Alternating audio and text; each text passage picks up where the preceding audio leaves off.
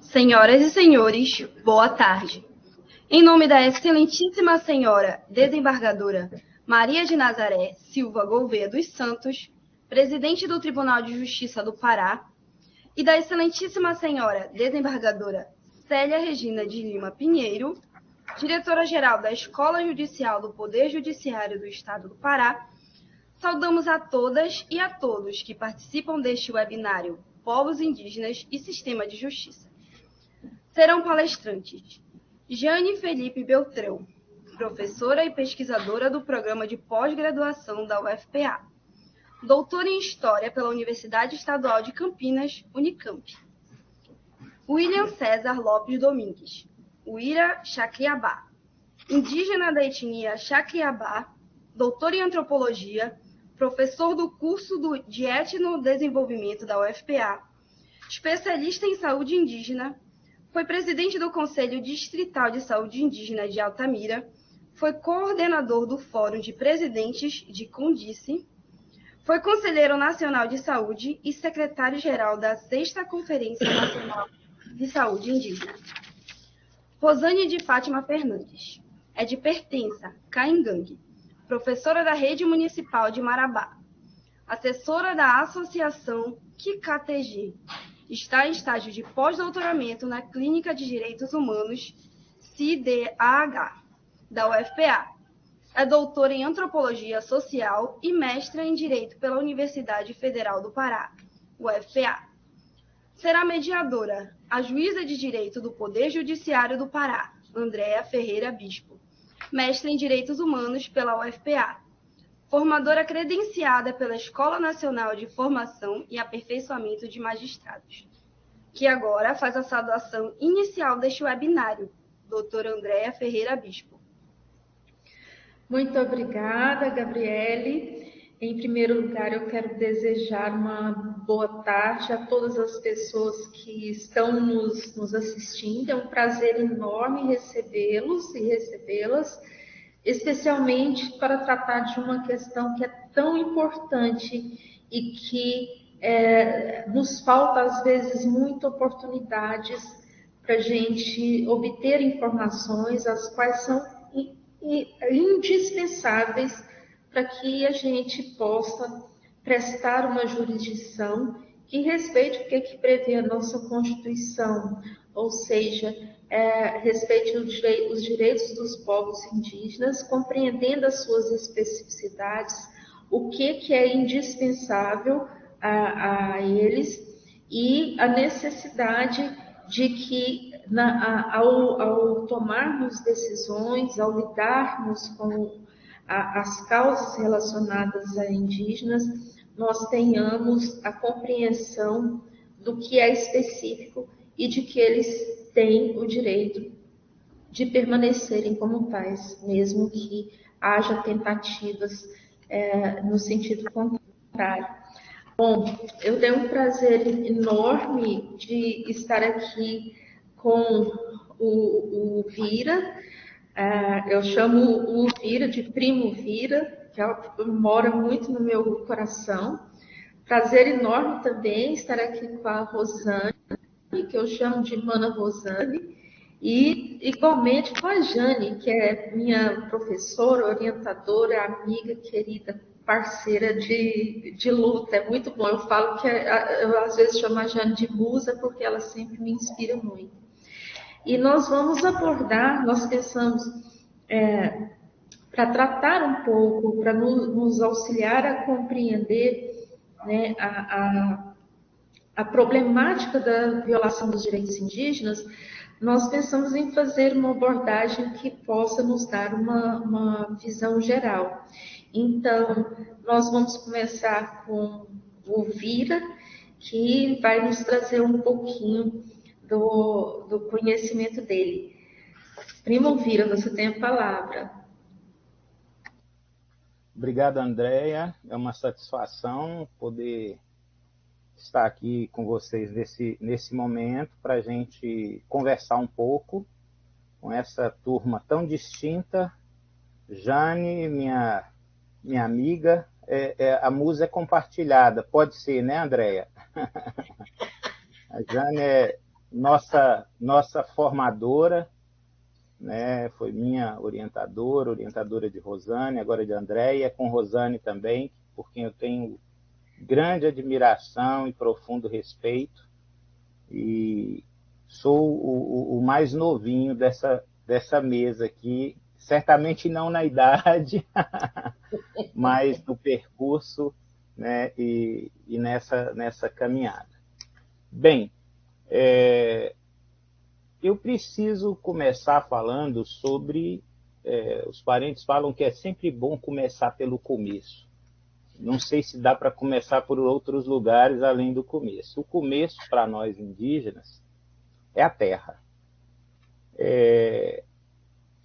Diz a mitologia cristã, e não se ofendam os cristãos, que Deus fez o homem a partir da terra, né? Ele pegou o barro e soprou ali no barro, partilhou o sopro divino e ali fez o homem e depois fez a mulher, né? Ele os fez homem e mulher.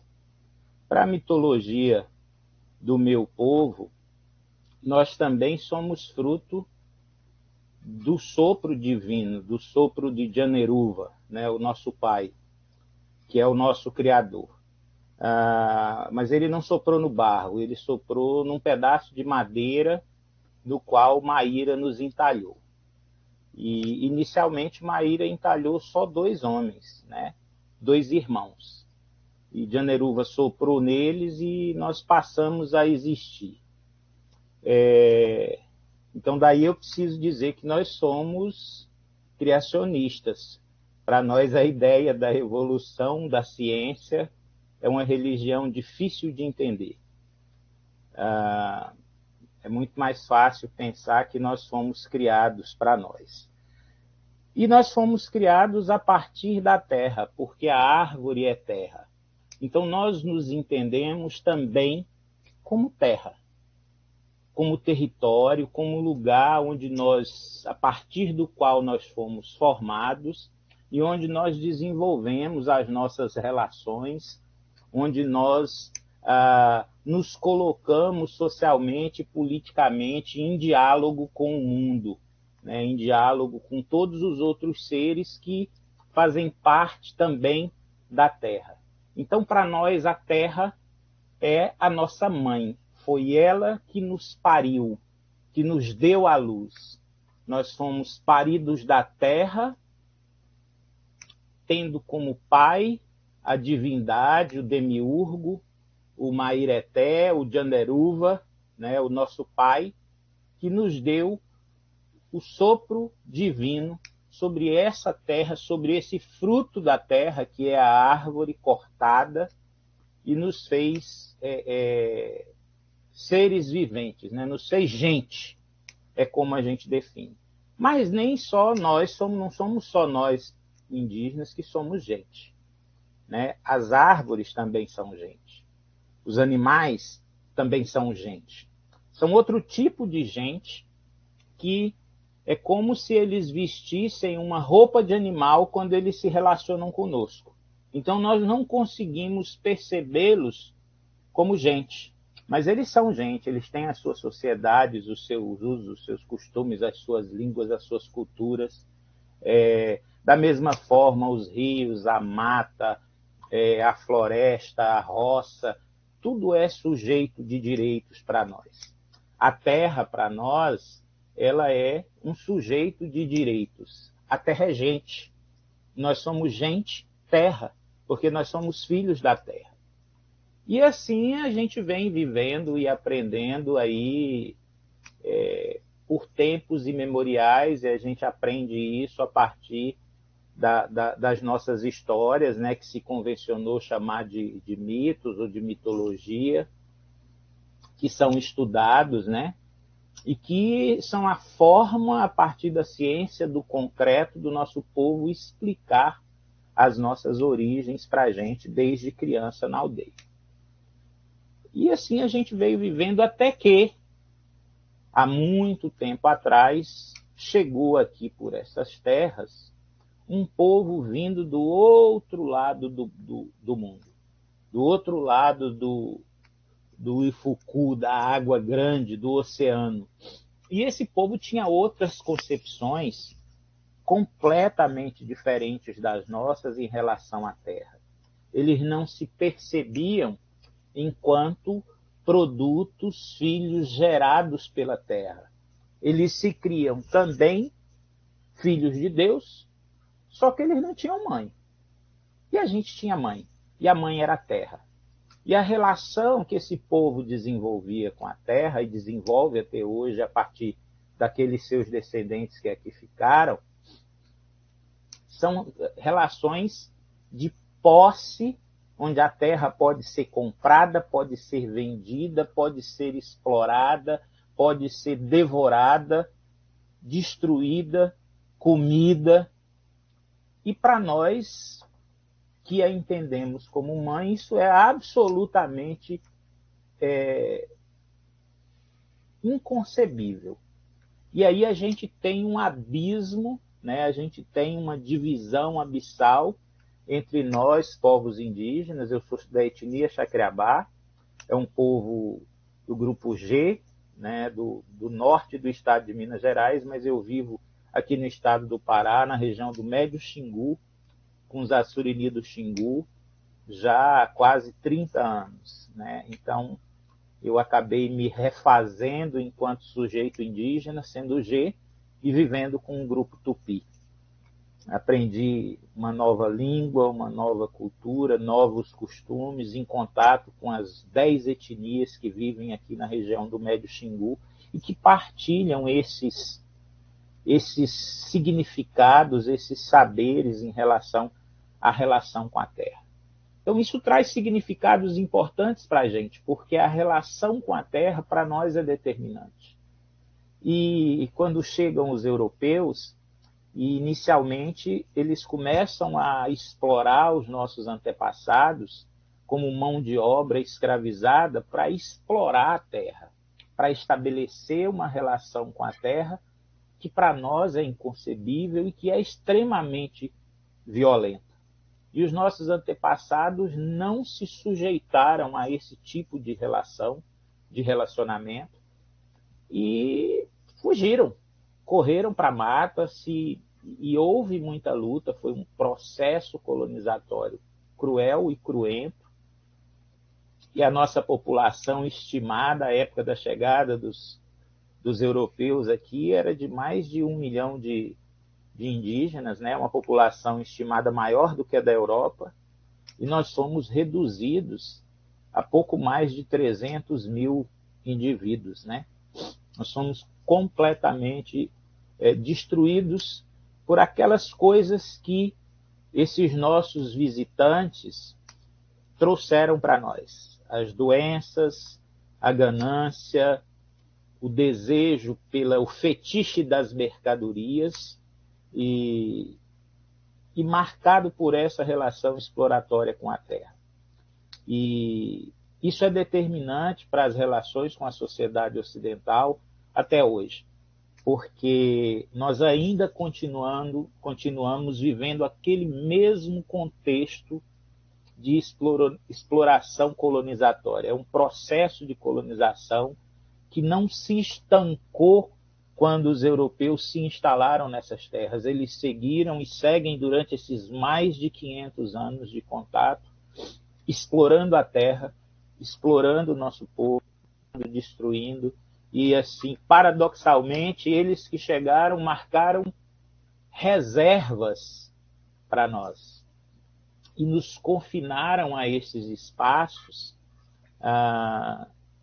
dos quais nós não somos os donos. Mas nós nunca estivemos preocupados em ser donos da terra, com a posse da terra.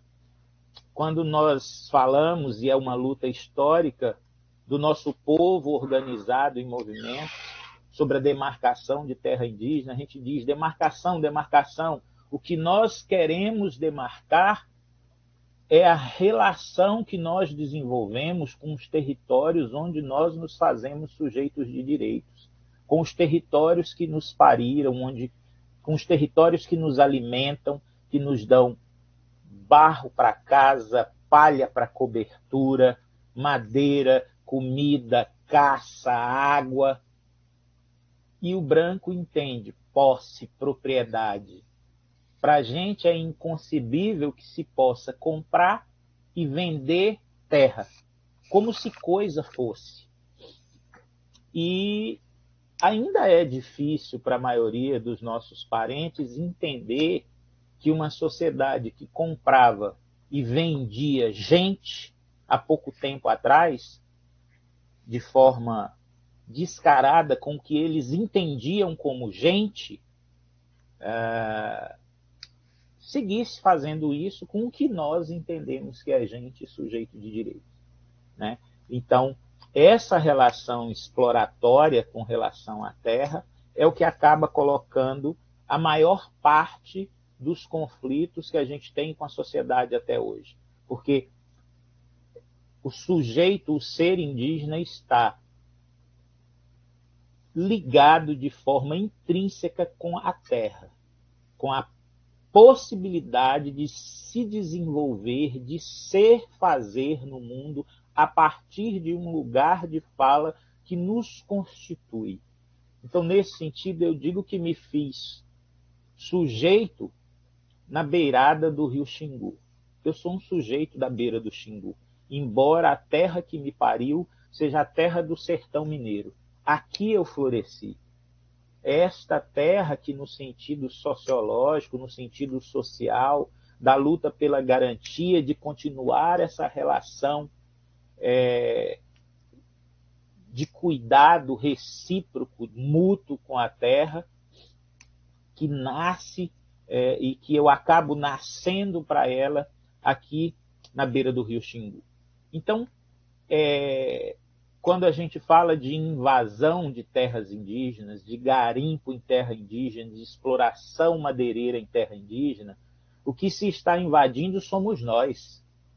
É parte do nosso corpo, é o vilipêndio do nosso corpo, do corpo da nossa mãe. Quando se fala da exploração madeireira, se fala da derrubada da nossa vida. É como se a cada árvore caída um de nós caísse. Porque nós somos terra, nós somos parte dela e complementarmente nós também somos terra. Então é a partir dessa relação com a terra que nós nos educamos, que nós nos constituímos enquanto sujeitos. E a cada tempo que passa, a pressão sobre as nossas terras ela aumenta. Nos demarcam territórios isolados, pequenos, nos rincões da terra, como se poderia dizer. E talvez, por ironia do destino, se é que existe um destino e ele seja irônico, acabam nos assentando sobre aquilo que eles consideram as maiores riquezas. E se você pegar um mapa aí, se você abrir um Google Earth e der um zoom na região amazônica ou em todo o Brasil, onde existem terras indígenas, é onde estão os cinturões verdes desse país. Todo o redor está desmatado, está queimado, está destruído, e a pressão avança sobre os nossos territórios. E isso nos coloca em conflito à medida em que nós entendemos a terra como mãe, como parente, como alguém que nos pariu, com a possibilidade de nós continuarmos existindo, de nós continuarmos reexistindo, ressignificando a nossa presença no mundo, que é rápido, que as coisas andam em uma velocidade que não é a velocidade da aldeia, em que o sistema jurídico e os direitos foram definidos para nós e não por nós. E que nós precisamos nos apropriar desses direitos, ainda que eles não estejam de fato com aquilo que nós entendemos como direito, para que a gente não seja, de fato, completamente destruídos. E a resiliência do nosso povo é enorme. por mais de 500 anos, nós temos resistido e reexistido, aprendendo a lidar com esse mundo do branco, estudando o branco, tentando, à medida em que nós somos estudados, também estudar, entender como funciona esse admirável mundo branco, para que a gente possa seguir existindo, resistindo, incorporando aquilo que nos serve, para garantir que a gente possa continuar existindo no território. O nosso parente, Davi Copenaua, que é um xamã Yanomami, ele sempre fala, eles chamam os não indígenas de Napa, e ele sempre diz que se enquanto existir um índio, a terra vai existir, porque o papel dos indígenas, e aí ele chama para si essa responsabilidade, é de segurar o mundo. Enquanto existir um índio, o mundo vai existir, mas quando nós acabarmos, o mundo pode se dissolver, porque ninguém mais vai segurar o céu.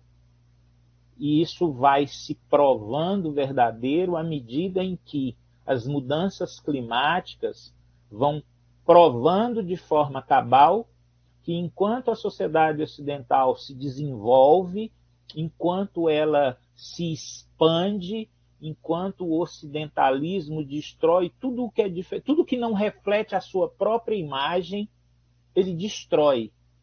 A ação é predatória sobre a natureza, que é o sustentáculo da própria vida dessa sociedade ocidental. Que, se não entender isso, corre o sério risco de colapsar o planeta. Então, nós nos entendemos como um foco de existência, de resistência para a existência, não apenas dos nossos povos, dos nossos filhos, dos nossos netos, para a manutenção das nossas histórias milenares, mas para a manutenção até da vida daqueles que se relacionam de forma predatória com a nossa mãe, que é a Terra. Porque nisso está a possibilidade de, insegurando o mundo, conseguir tocar e, quiçá, mudar o coração dos nossos irmãos brancos. Porque é assim que a gente se refere a eles, apesar da cor da pele poder variar. Daqueles que não partilham conosco o mesmo sentido de ser e fazer no mundo. Então, penso que na sociedade moderna, ocidental, dos nossos dias, existe a necessidade de ressignificar a existência ocidental no mundo. É preciso, uma hora, a humanidade tem que pôr o pé no freio e refletir. Não estamos construindo a nossa própria desconstrução ou destruição?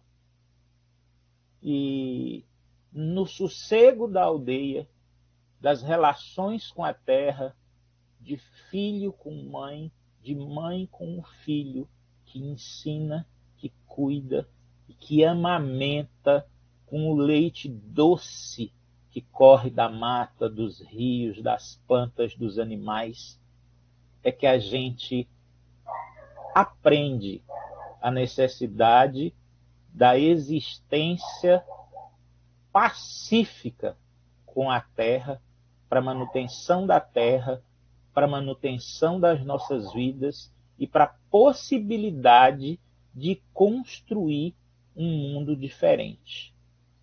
Então, eu penso que isso é fundamental. E aí vão entrar os processos educativos, a educação, que certamente Rosane vai abordar, e que tem o papel importante justamente por funcionar como um local de fronteira por excelência, para que a gente consiga transitar entre esses mundos de epistemologias diferentes, sem que nós sejamos tragados pelo outro, para que nós consigamos, seguir sendo nós mesmos, sem precisar nos tornarmos no outro.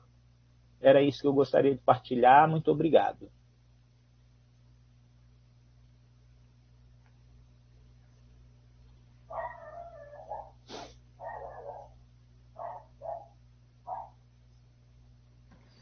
Eu estou aqui falando, agora que eu vi, não tinha ninguém me escutando. Desculpem. Muito obrigada, Elvira. A sua fala, além de importantíssima, é uma fala muito bonita, uma fala que nos estimula, me mobiliza, até essa compreensão que, como você diz, é acolhedora, não só aos povos indígenas, mas para todas as pessoas, né?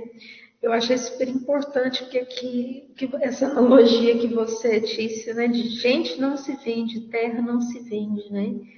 Muito importante, porque eu acho que a gente compreender que há um século e pouco atrás a gente estava vendendo gente aqui, né? E chegamos, pelo menos, eu acho que uma grande maioria, a considerar a escravização de pessoas uma coisa abominável.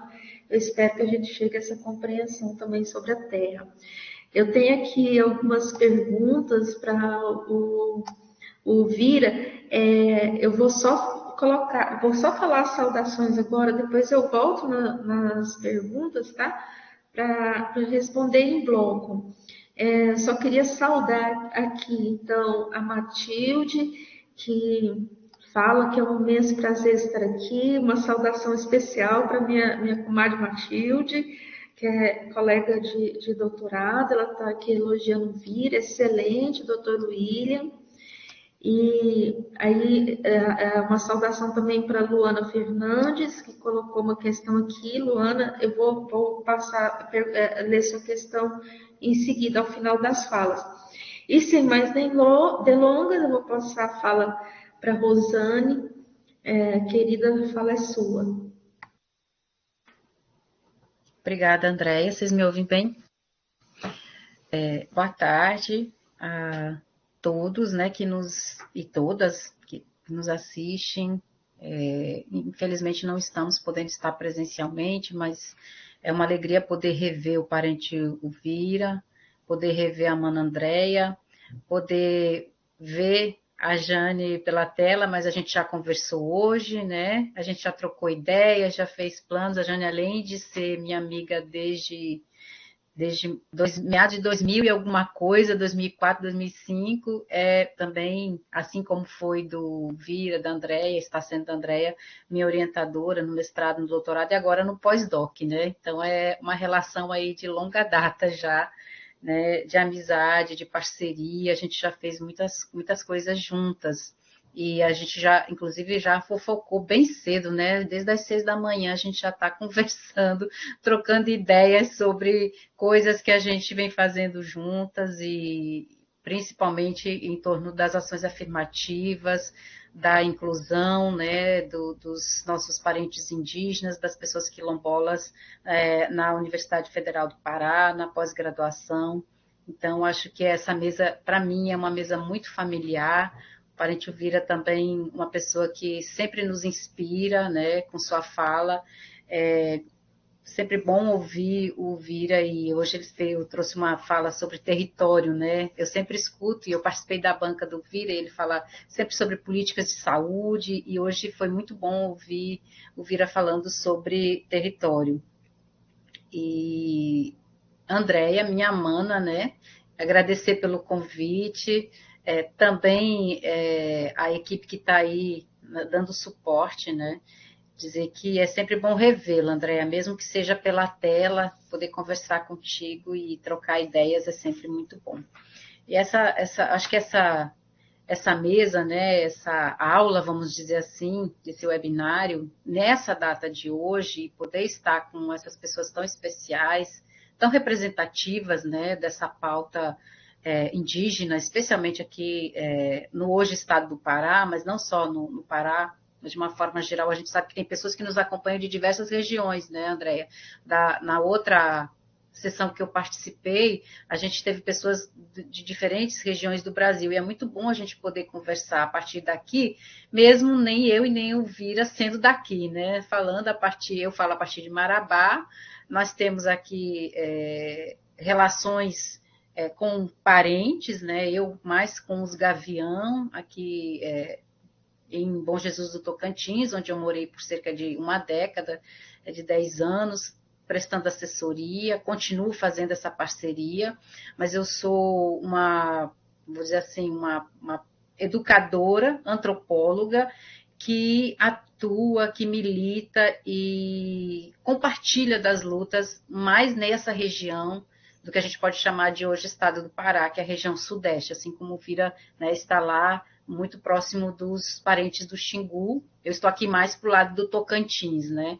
E aqui a gente tem feito muitos enfrentamentos, seja nas questões territoriais, nos embates com a empresa Vale, seja na batalha diária na luta pelo direito à educação escolar específica, intercultural, diferenciada, seja mesmo nos embates com as próprias prefeituras, né, e o próprio governo do estado com esses projetos desenvolvimentistas, mas eu creio que agora, né, a gente tem as esperanças renovadas, pelo menos essa é a minha vibe, vamos dizer assim, nesse início de ano, né, nós estamos em abril, metade de abril, 19 de abril, e eu vou falar um pouquinho sobre isso também. Acho que falar de educação pressupõe a gente problematizar um pouco essas datas do calendário judaico-cristão, mas pensar que a gente tem feito essa luta a partir de diferentes lugares, a partir de múltiplas possibilidades, né? Eu sempre digo que a gente faz um movimento, talvez o Vira, eu, Jane, a gente faz, Andréia, um movimento pelas bases, mas principalmente na academia, né? Produzindo nossas reflexões, nossas dissertações, teses, materiais, levando reflexões. Talvez nós não possamos, assim como outras pessoas que não vão poder estar na semana que vem no ATL, no Acampamento Terra Livre, muitos de nós não vão poder estar lá, mas a gente faz um movimento que é um movimento de produzir essa intelectualidade, de dar assessoria e suporte às lideranças tradicionais, e isso é muito importante também para que a gente possa ter essa organicidade no movimento indígena, né? Então, isso é muito importante que a gente lembre dessas diferentes possibilidades que nós temos de atuação. Bom, e aí, como me foi sugerido, né, falar sobre educação escolar indígena, e eu vou primeiro fazer essa diferença que é básica, né, essa confusão que muitas vezes acontece com as categorias, que é educação indígena e educação escolar indígena, né. Educação indígena, e aí eu acho que talvez antes disso a gente precise fazer uma diferença e situar também, já que nós não estamos falando mais em hoje, dia do índio, né? Por que eu estou situando? Vou situar primeiro. Porque eu acho que é muito difícil a gente partir de termos que estão convencionados na cabeça das pessoas, mas que nem sempre são aqueles que nós nos identificamos, que nós, povos indígenas, nos representamos, né? A gente sabe que a Joênia Wapichana propôs uma lei, né, um projeto de lei para mudar o dia chamado Dia do Índio para Dia dos Povos Indígenas, né? E aí não é só uma mudança de nome, uma mudança de uma nomenclatura. Isso representa a possibilidade da gente fazer uma releitura, e não só os povos indígenas, porque nós também sofremos processos coloniais e processos de colonialidade, né? Nós somos também atravessados pelo colonialismo, mas da sociedade brasileira é um desafio, é uma proposta, né, da própria sociedade brasileira, e principalmente o setor que eu atuo enquanto pedagoga, antropóloga, que é a educação, rever os seus próprios valores, né? Eu sempre digo que é muito difícil a gente trabalhar na perspectiva dos direitos indígenas, da sensibilidade jurídica necessária aos operadores do direito para compreender os sistemas jurídicos indígenas, se esses operadores, se essas pessoas, esses juízes, esses advogados, esses promotores ainda acreditam em descobrimento do Brasil. Sequer compreendem a possibilidade de existência de 300 povos indígenas com sistemas muito diversos no Brasil. Então, acho que talvez a nossa maior barreira não é trabalhar com os nossos conhecimentos, as nossas ciências e as nossas possibilidades de interculturalidade. Mas a maior barreira, Andréia, é desconstruir o índio, entre aspas, que habita na cabeça dos não indígenas, que é esse índio do 19 de abril, do calendário judaico-cristão, que é folclorizado nas escolas. E eu digo que hoje, em especial, a cultura, infelizmente, né, a forma como a sociedade brasileira aprendeu a conhecer a diversidade indígena do Brasil, aliás, ela desconhece a diversidade indígena do Brasil, porque é sempre a partir da ideia genérica de índio. Hoje ela tem o seu ápice.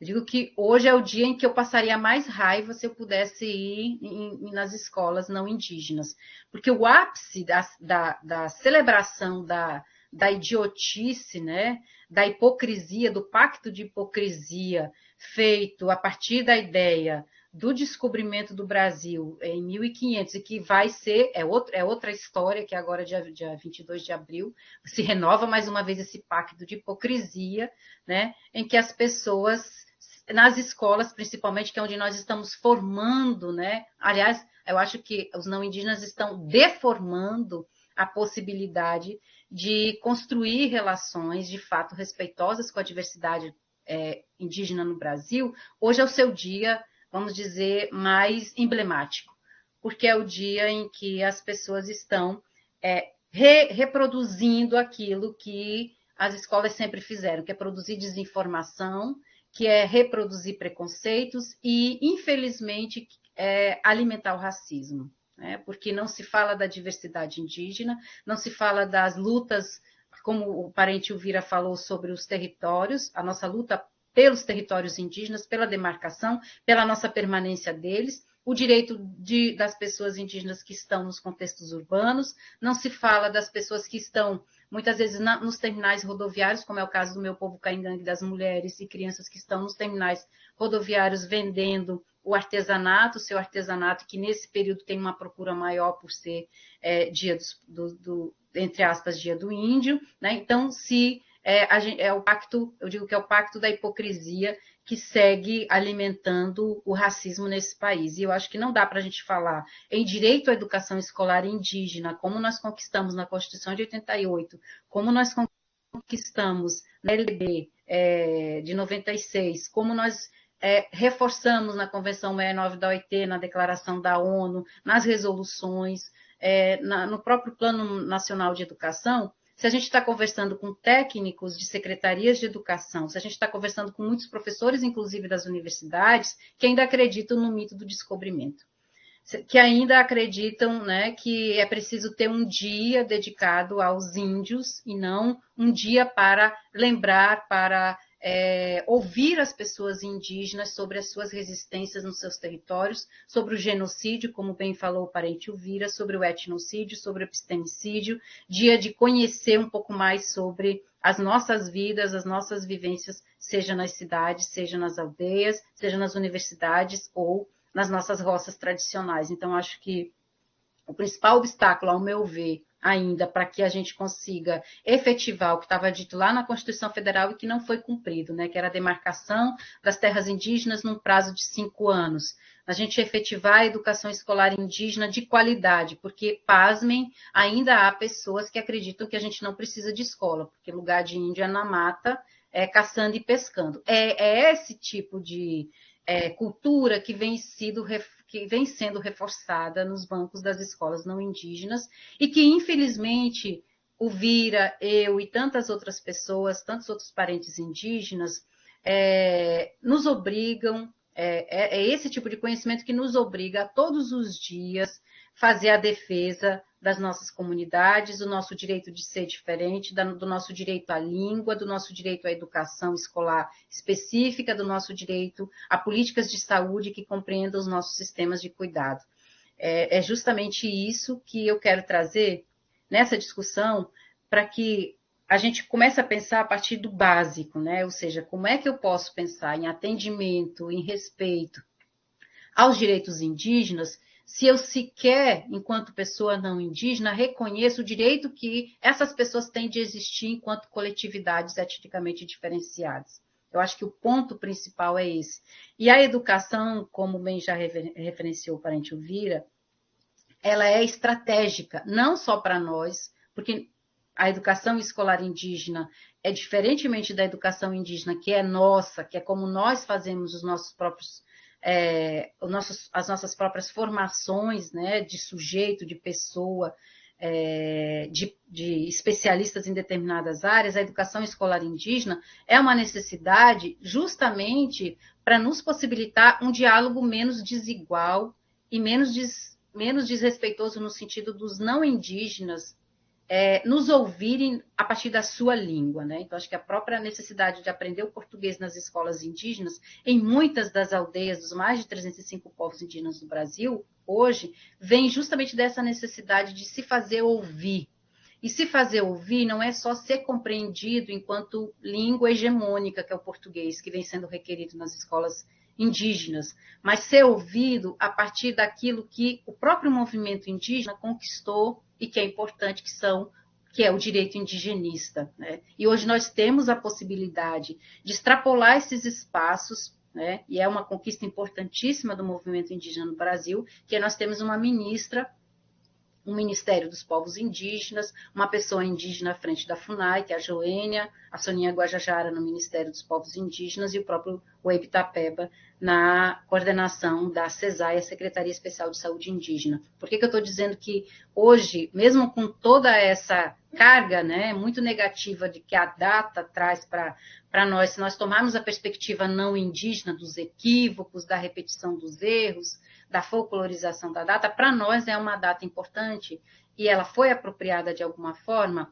para celebrar e para lembrar as nossas resistências e os nossos direitos conquistados, né? Então, eu estava vendo agora nas redes sociais, lá no Sororó, que é um povo que a Jane conhece, na aldeia Ikeuara, é um momento de eles conversarem, dançarem, lembrarem dos velhos que morreram por conta da Covid-19, fazerem memória e menção a todas aquelas pessoas que morreram por conta das doenças e da negligência do desgoverno anterior, mas é um momento de celebração. Então, para nós hoje, né, nesse momento contemporâneo, nessa conjuntura, é um momento de esperançar, é a possibilidade que nós temos de olhar para o futuro e dizer, a gente pode fazer desse país um lugar melhor, porque agora nós sempre tivemos voz, mas agora nós estamos falando a partir de outros espaços. Eu acho que isso é importante da gente referenciar, que essa mudança estrutural, assim como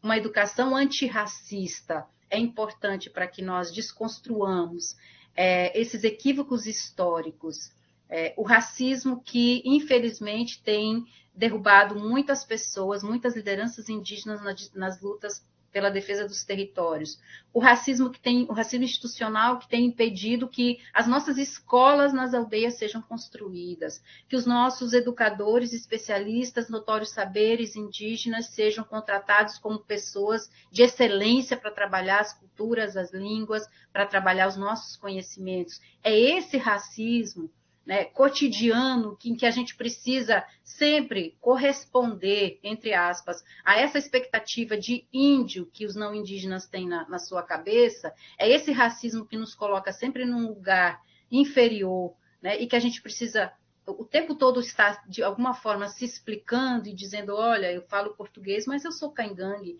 eu sou antropóloga, né? É como se a gente sempre tivesse que responder, né, a essa expectativa que os não indígenas, de alguma forma, alimentam com relação a nós. Essa ideia de que o nosso lugar não é aqui, que nós não podemos falar por nós, de que nós devemos continuar sendo subrepresentados. Então, é esse racismo que nós precisamos enfrentar, né? É o racismo institucional, o racismo estrutural, que é empecilho para que a gente acesse direitos, para que a gente tenha a possibilidade de estar nas universidades não somente como discentes, mas como educadores, para que nós possamos estar com um maior número de pessoas formadas em direito, mas com médicos, né?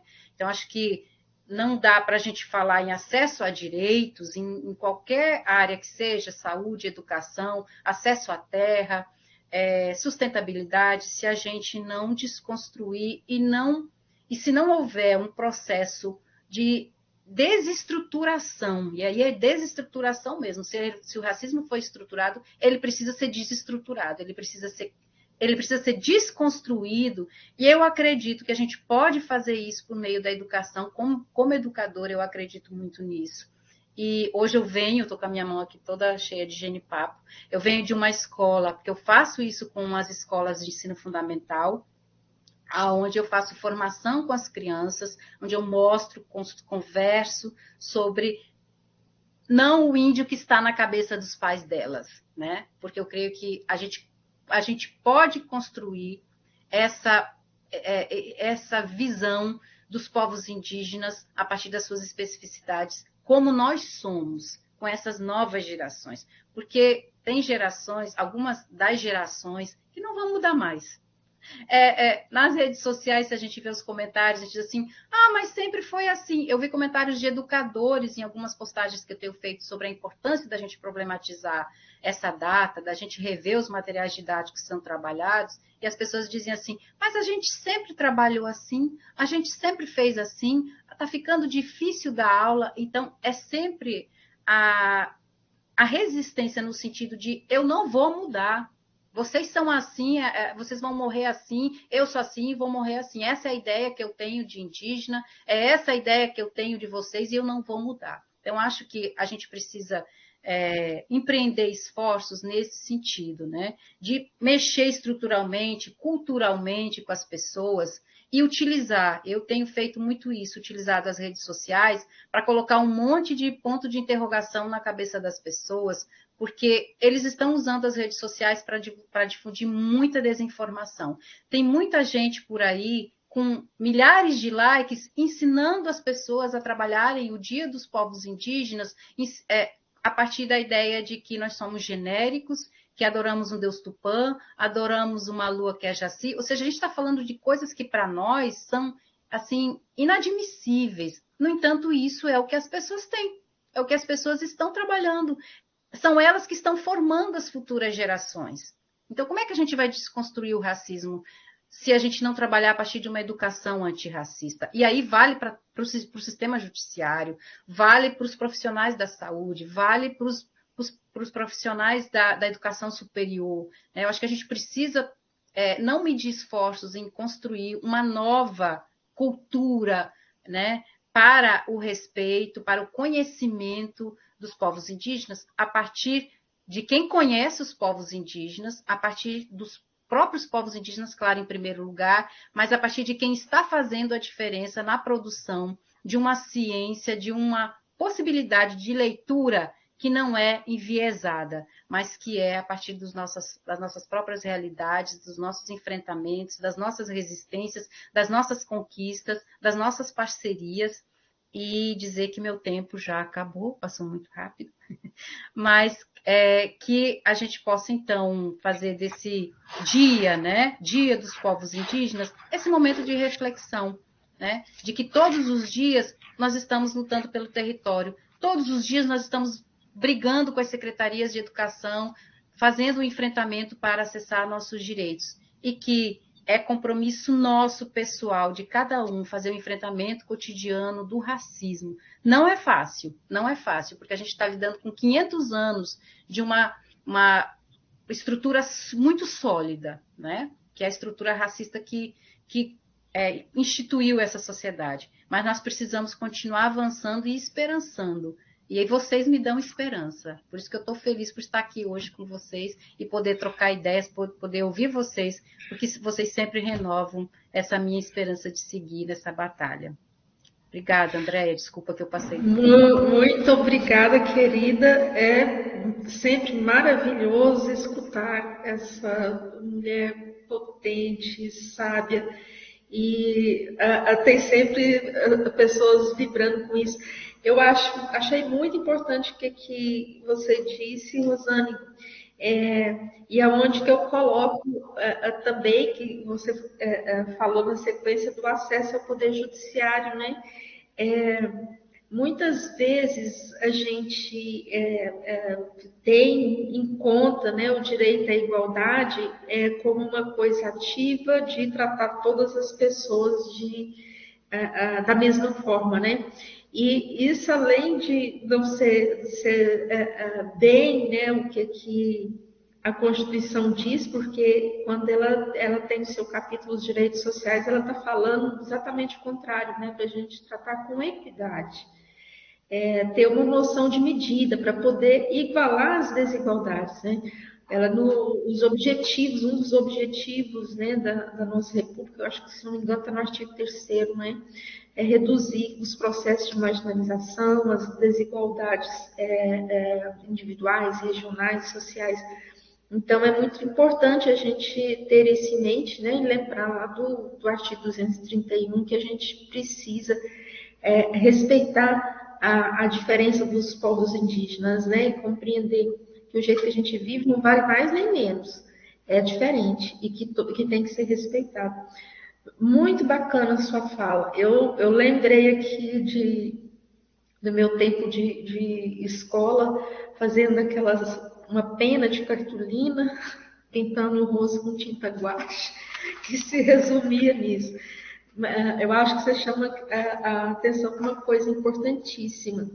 Eu queria só retornar aqui um pouquinho, tem um recadinho para o Vira, que é do Paulo Vitor. Primeiro ele fala assim: nossa, que palestra incrível, toca na alma, obrigada por sua existência. O Pedro Felipe Silva Moura fala: parabéns, William, excelentes explanações, obrigada por compartilhar com a gente o seu conhecimento. A Matilde manda um abraço de volta. O Pedro Felipe Silva Moura, ele já começa a falar da Rosane. A Rosane deixou fãs a outra vez que ela veio aqui, né? E ele diz assim: eu lembro que no webinário do racismo estrutural por um judiciário mais democrático, a doutora Rosane exclamou: vocês vão ver no Dia do Índio.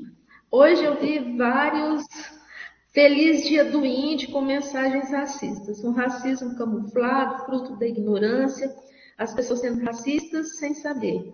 Ignorância deixada por padrões de pensamentos hereditários. Deixa eu ver se tem mais alguma questão aqui. Aí tem uma pergunta que é do José Carlos Ribeiro Pereira, que eu vou fazer depois, tá, José Carlos? Porque para responder, eu estou lendo só os comentários aqui agora e depois eu leio a sua pergunta da Luana. Aqui o pessoal está reclamando que estava travando.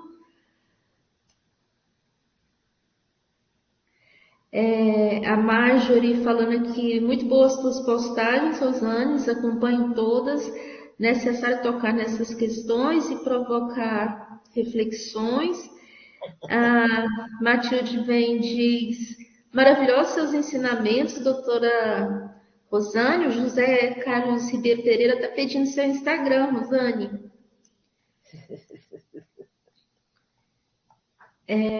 O Pedro Felipe diz: é uma imensa honra poder assistir e ouvir a doutora Rosane.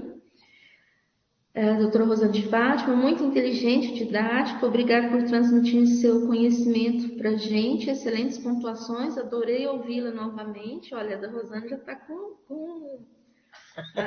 fãs aqui entre nós. Excelente, concordo plenamente com tudo que ela disse e eu sou otimista e acredito que com pessoas como a Rosane vamos conseguir mudar a realidade. A palavra esperança nos trouxe esperança. Tem um outro comentário aqui, eu não estou vendo o nome da pessoa. Nossa, que palestra incrível, toca na alma, passou rápido mesmo, obrigada por compartilhar essa visão. Alguém já colocou aqui o Instagram da Rosane. E agora, sem mais delongas, eu vou passar a palavra para a queridíssima Jane, que vai falar para a gente sobre os atentados aos povos indígenas. Boa tarde a todos. Eu gostaria de agradecer o fato de estar entre amigos, mas também entre militantes, né? Elvira e Rosane, Andréa, e eu também me considero militante, eu tenho 41 anos de militância no Dia dos Povos Indígenas. Sempre trabalhei com essas questões, mesmo quando as pessoas ainda não chamavam as pessoas indígenas para falar sobre isso. Eu vou me dedicar a falar sobre os atentados, porque, na verdade, se vocês cruzarem o que eu vou dizer com o que a Rosane e o Vira disseram antes, vocês vão ver que é necessário a gente compreender a produção de malefícios que a invasão produz na terra indígena. Vocês devem estar lembrados, e infelizmente a gente tem que lembrar, do 8 de janeiro, né? Todo mundo ficou constrangido com o 8 de janeiro, foi uma tentativa de eliminar a democracia nesse país e de produzir o caos, certo? Mas, ao contrário do 8 de janeiro, que nos deixou com os nervos à flor da pele, não necessariamente a questão humanitária referente aos Yanomami nos deixou tão constrangidos quanto o 8 de janeiro. Por que eu digo isso? Porque, na verdade, as pessoas dizem assim, mas por que não foi feito antes? O que aconteceu que ninguém tomou providências? Não é que ninguém tenha tomado providências. Os relatos, as denúncias existem desde antes da criação do Parque Indígena Yanomami, né? Foi uma longa batalha dos povos indígenas, apoiado pelos seus aliados, né? Mas é uma área onde as riquezas do subsolo são grandes e a cobiça dos não indígenas é maior, talvez, do que o território Yanomami. Então, para mim, é muito triste falar dessa situação. Por que é triste? Porque a gente fala na destruição da floresta, a gente fala das dragas, mas a gente esquece quantos Yanomamis se foram por conta dessas situações. Quando se coloca um garimpo dentro de terra indígena, a situação é grave demais. Por quê? Porque esse garimpo contamina a mãe terra, como disse o Vira, impede a possibilidade dessas pessoas se manterem conforme as suas tradições. Então, é preciso que a gente atente que a invasão não é apenas uma invasão. Ainda hoje de manhã, falando sobre as questões indígenas, a mídia disse que a terra Paracanã, as pessoas que morreram lá dentro da terra Paracanã, elas tinham ido caçar. Pensem comigo, caçar para nós é um esporte. Caçar dentro de terra indígena é surrupiar os animais, é surrupiar a sobrevivência das pessoas indígenas. Porque você não apenas mata os animais como se fosse um esporte. Aliás, quem entra para caçar como se fosse um esporte devia sofrer com a lei dos maltratos aos animais, certo? Então, veja, quando você entra, você invade a terra, você mata os animais, você cria picadas dentro da terra indígena, o que significa desmatamento, tá? Então, você contribui para a dificuldade que as pessoas indígenas têm quando ocorre uma invasão, porque uma invasão pode destruir as casas, mata as pessoas, além dos animais. Então, eu fui pescar na terra indígena. Tu pesca na casa do teu vizinho? Tu pescas na casa, tu caças na casa do teu vizinho? Não necessariamente, né? Eu estou dizendo não necessariamente porque há pessoas que são tão invasivas que elas podem fazer tudo isso em qualquer lugar em que elas estejam. Então, quando você lê os processos que dizem respeito à morte das pessoas indígenas, à ameaça contra as pessoas indígenas, você não tem a real dimensão do que é sofrer atentados. Você não tem a real dimensão do que é lidar com uma polícia racista e lidar com pessoas que não consideram o racismo, mesmo que elas estejam no judiciário. Quem for do judiciário que me desculpe, mas às vezes a gente vê determinados despachos cujo racismo estrutural está presente em cada letra do despacho.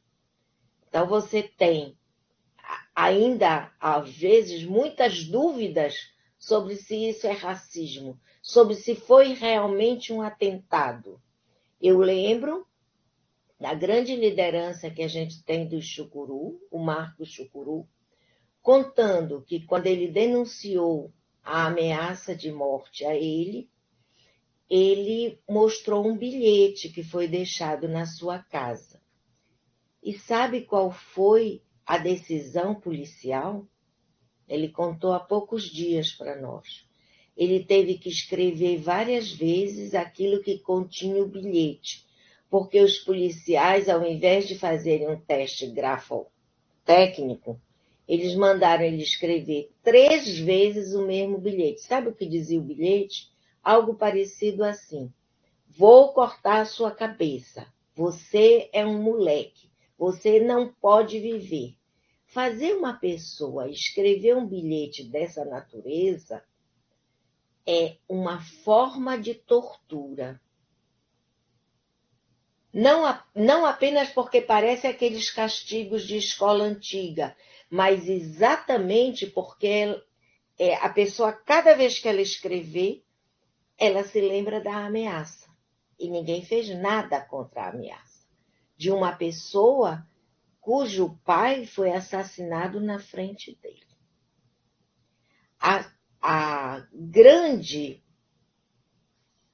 possibilidade do movimento indígena é que as ameaças, os atentados, não param as pessoas indígenas. Elas continuam a lutar. O movimento indígena se alimenta dessa luta incessante. Hoje nós temos pânico das coisas que se referem às escolas, por conta dos inúmeros atentados que as escolas sofreram. Mas nós não temos pânico quando uma liderança indígena vem a público falar da ameaça. Até porque as pessoas pouco falam da ameaça, né? A gente sabe que cada uma das lideranças indígenas sofreram ameaças. Algumas delas têm o seu corpo marcado por balas, algumas alojadas nesse próprio corpo, e não são poucas as lideranças que tombaram em virtude desses atentados. Então, além do atentado contra a pessoa indígena, a invasão da terra para produzir esse atentado, ela não se faz por uma pessoa só. Ela se faz por um grupo de pessoas que tem uma finalidade específica. No caso, a gente não tem o garimpo só dentro das terras Yanomami. Nós temos nas terras Munduruku, nós temos nas terras Kayapó, nós temos espalhados por toda a terra. E quero dizer para aqueles que acham ou que não se importam com as vidas indígenas, que eles deveriam se importar. Conhecer a diversidade é uma forma de se educar para o não racismo. É uma forma de produzir uma educação antirracista. Todos nós precisamos conhecer as pessoas indígenas, os povos indígenas, para que a gente seja feliz, trate com a democracia, respeite o cidadão. Todo mundo gosta de respeito. A gente tem um ditado que diz: respeito é bom e eu gosto. Todos nós gostamos de respeito. Mas basta você ser contrariado em algo muito pequenino, você desrespeita o outro com uma intensidade que é como se você esmagasse uma barata no chão. Você tenta humilhar a pessoa, você tenta anular a pessoa. Então, imaginem o que é uma criança indígena numa escola não indígena, um indígena na universidade, um indígena tentando acesso à justiça. Pensem que as pessoas, como disse a Rosane, como disse o Uvira, que as pessoas não consideram as pessoas indígenas. Aliás, muitas vezes em sala de aula onde não há pessoas indígenas ou onde há pessoas indígenas, as pessoas dizem: se a Rosane usa óculos, se o Uvira usa óculos, ele é igual a nós. Se o Uvira usa celular, se a Rosane usa celular, ele é igual a nós. O igual não significa ter direito a usar o celular, mas significa que aquele índio que está na cabeça dos nossos avós, dos nossos pais, continua presente na cabeça das nossas crianças. Quantas vezes as pessoas escutam isso? Eu lembro bem de um dos dias em que a gente estava discutindo essas questões referentes às políticas afirmativas e alguém na sala onde estava, acho que o Uvira, a Rosane não estava, disse: não sei para que esses índios querem estudar. E o Uvira disse assim: também não sei para que a senhora está aqui, né? Porque, na verdade, as pessoas têm que reagir imediatamente. Não foram exatamente essas as palavras do Uvira, até porque eu não lembro exatamente do fato. Eu lembro da surpresa que eu fiquei com a minha colega de dizer uma coisa que, pelo menos, a educação doméstica de cada um de nós faria com que a gente não dissesse. Porque a gente pode pensar, mas dizer e ofender é outra coisa. Então, se as pessoas não sabem o porquê das políticas afirmativas, as políticas afirmativas devem existir, porque, na verdade, na hora de defender as pessoas indígenas que passaram pelas ameaças, que tiveram seus parentes mortos, elas precisam de advogados que sejam indígenas, que possam compreender a causa, porque as pessoas que são bacharel em direito, que fazem a OAB, não necessariamente entendem o que é necessário para produzir a defesa dessas pessoas. Então, é importante que a gente pense que a dor de perder um parente, ela não é dos não indígenas. Ela não é só dos não indígenas, ela é também dos indígenas. E se nós perdemos os parentes de morte morrida, como a gente brinca, né? Ou seja, porque está doente, porque está mais velho, nas aldeias indígenas, a morte matada é a frequência. E por ser a frequência, a gente precisa tomar uma providência. A gente precisa que as pessoas não esperem as demandas chegarem ao judiciário, mas que o judiciário seja ativo a ouvir essas demandas. Porque não necessariamente você, para instaurar um procedimento, você precisa de uma demanda por escrito. A voz das pessoas, a oralidade dos povos indígenas precisa ser considerada nos processos. Muitas vezes esses processos são acompanhados de não tradutores.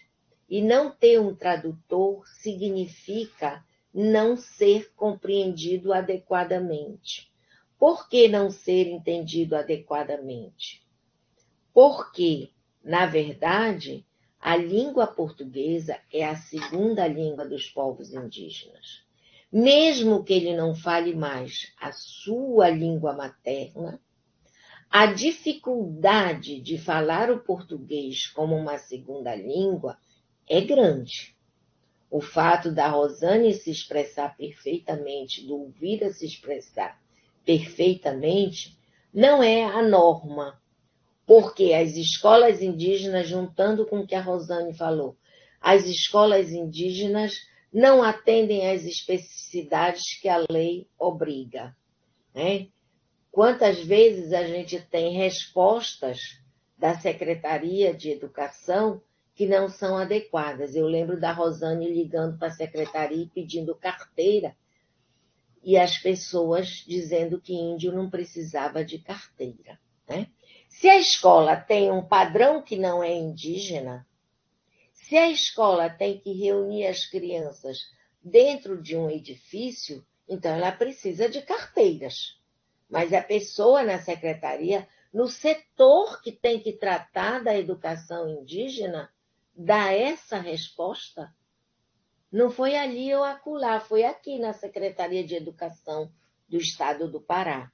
Então, veja, a gente precisa modificar essas questões.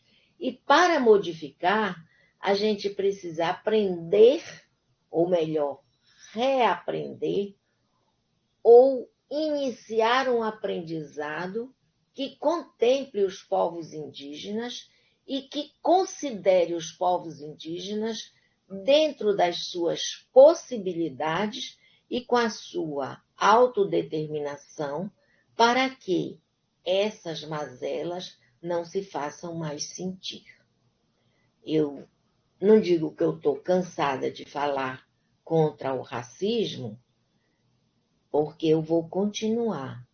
Eu posso ser a gota d'água nesse oceano, mas se nós juntarmos todas as pessoas que estão nos ouvindo, todas as pessoas que acham que as nossas palavras são importantes, nós poderemos compor um poço d'água. E um poço d'água pode servir água a muitas pessoas, né? E servindo água boa a muitas pessoas, nós poderemos modificar essa sociedade.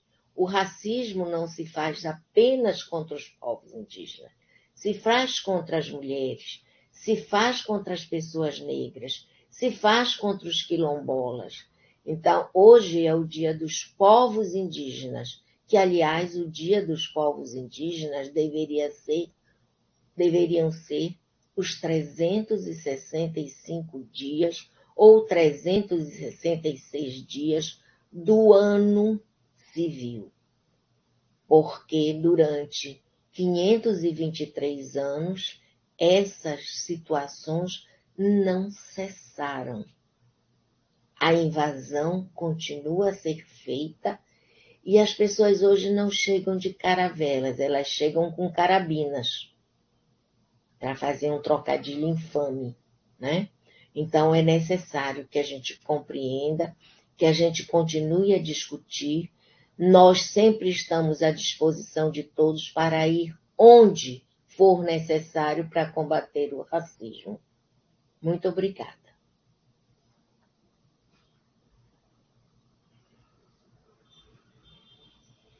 Vou pegar aqui.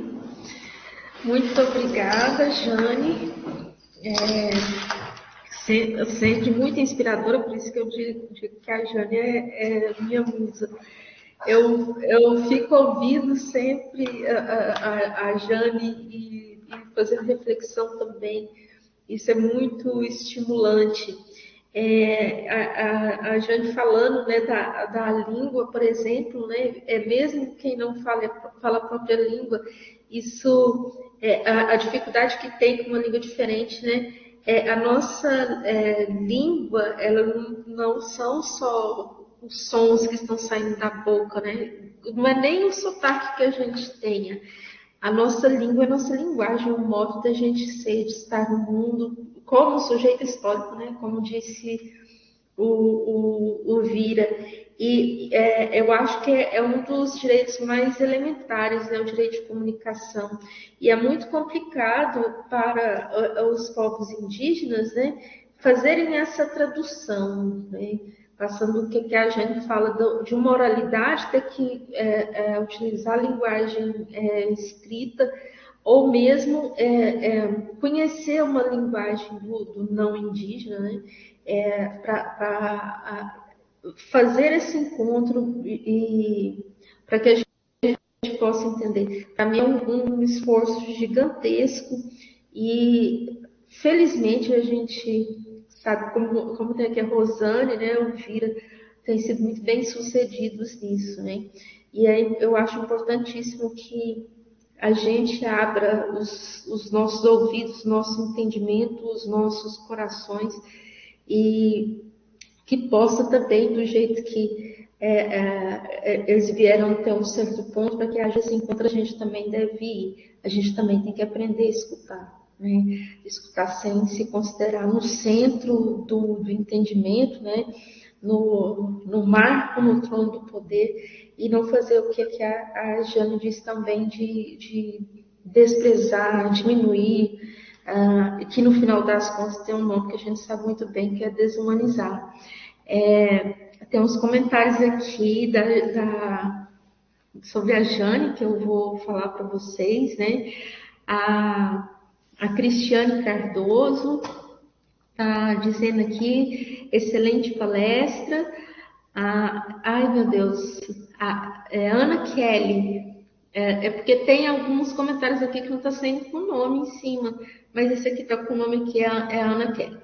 Nossa, que palestra incrível, toca na alma.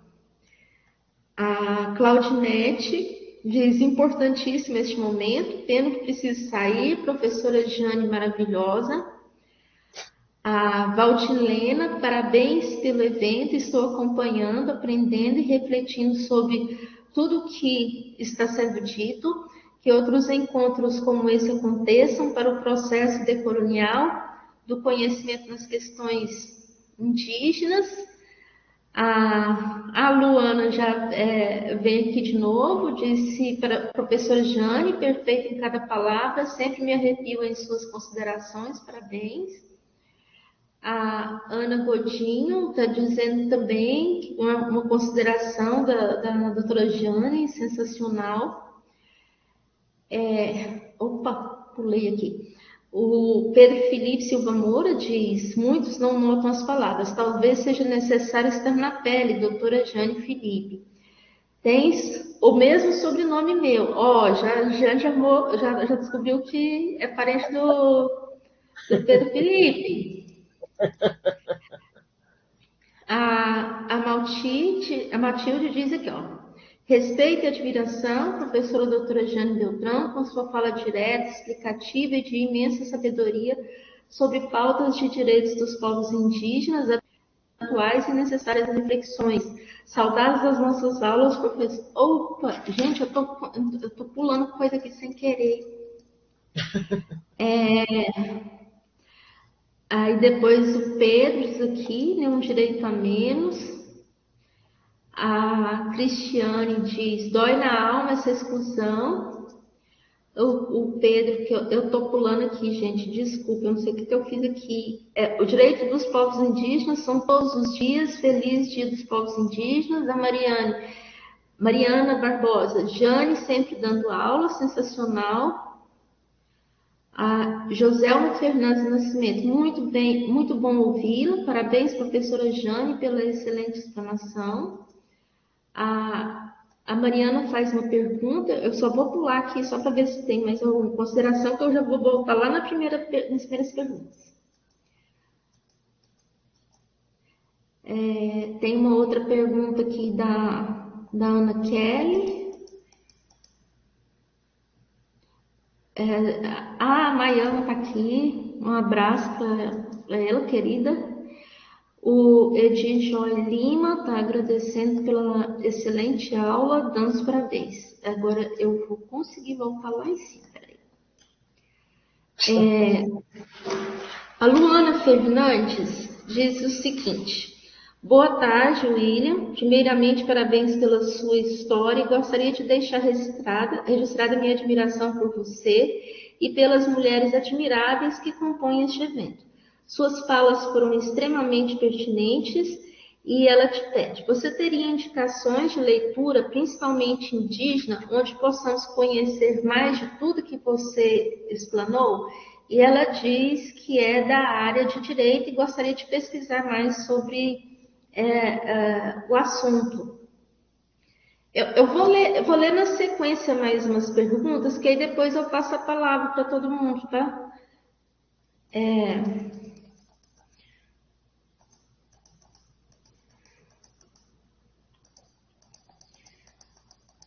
Aqui. O José Carlos Ribeiro Pereira diz o seguinte: gostaria de saber da doutora Rosane Fernandes quais avanços ela enxerga no ambiente escolar após a Lei 11.645 de 2008 e no que se deve prioritariamente avançar nos próximos anos. Deixa eu achar aqui a outra.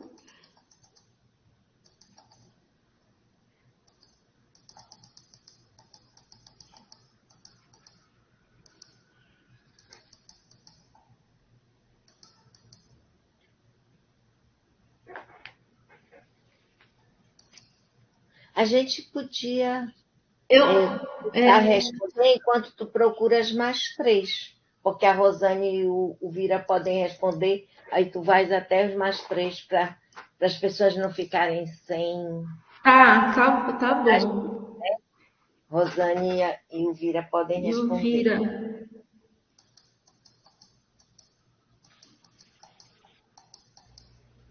Bom, quem começa?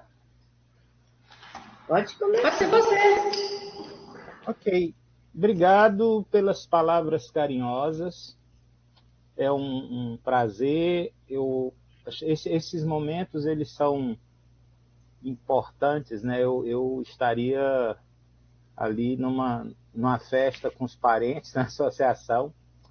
Eu falei com a Andréia, né, quando ela me convidou, já há mais de um mês. Eu falei: olha, Andréia, só vou porque é você, porque nesse específico, né, de palestra em escola de criança, a gente acaba passando por tudo.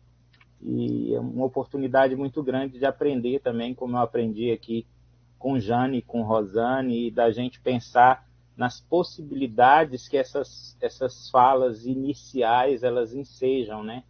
E fiquei pensando aqui que às vezes certamente a gente trabalha com outro tempo, né? E eu falo de um tempo epistemológico, de epistemologia, e eu me refiro à Terra. Quando me refiro à Terra, eu não me refiro à Terra dentro dessa dicotomia da Terra e do território. Eu me refiro à Terra sempre como território. Que a Terra é território, é território gente, terra é gente. Né? E aí, porque fico pensando que isso pode, de repente, parece excludente em relação aos parentes que estão vivendo fora de suas terras. E, na verdade, essa afirmação tem mais a ver com a impossibilidade de viver plenamente, porque eles foram invadidos pelas cidades. Altamira é um bom exemplo disso. A cidade cresceu sobre a aldeia. E dentro dessa cidade, os parentes que sobrevivem, que resistem com muita resiliência, eles mantêm aqueles mesmos itinerários terapêuticos, educacionais, que eles tinham antes da cidade ocupar a terra.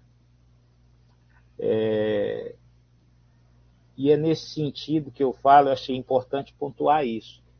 Eu acho, querida, assim, que tem muita coisa boa para se ler dos parentes. Você tem o próprio Davi Copenau, A Queda do Céu, é um livro muito bom de se ler. A tese da minha parenta Rosane é para ler deitado na rede, é uma leitura fascinante. A tese também do nosso parente Almires é muito boa. O Ailton Krenak, né, Ideias para Adiar o Fim do Mundo, e outros textos, são textos muito interessantes que vão trazer diversas perspectivas, né, dos nossos povos, né, e que guardam elementos comuns que... Eu me lembro de ter lido um artigo, quando eu fazia o mestrado, que eu fiquei profundamente irritado, que era de um senhor, um indigenista, que nos acusava, nós indígenas, que estávamos militando do movimento indígena, de índio genérico. Né?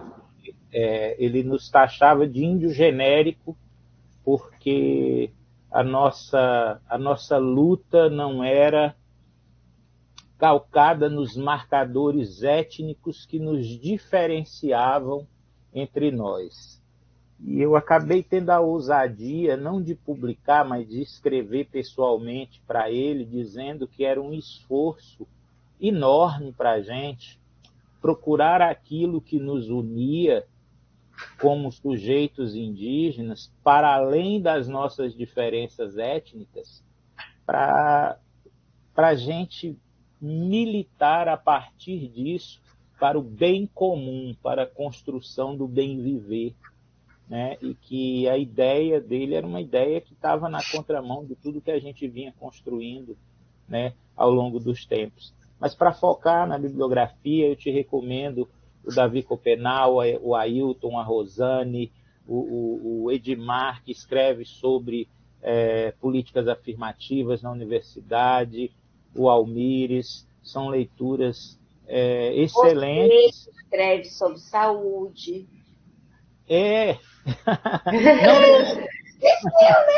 Não também os parentes, né? Mas são leituras importantes. E assim, a gente tem aqueles...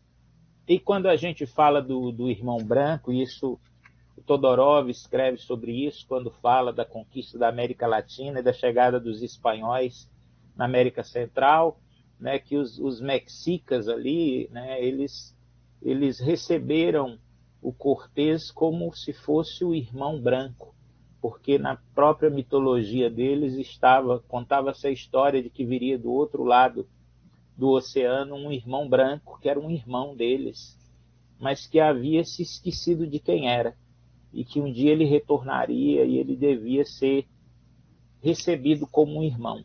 Eu acho que essa forma de recepção, ela foi a empregada talvez em toda a América, né, em todo o continente americano, quando ele foi invadido e ocupado pelos europeus.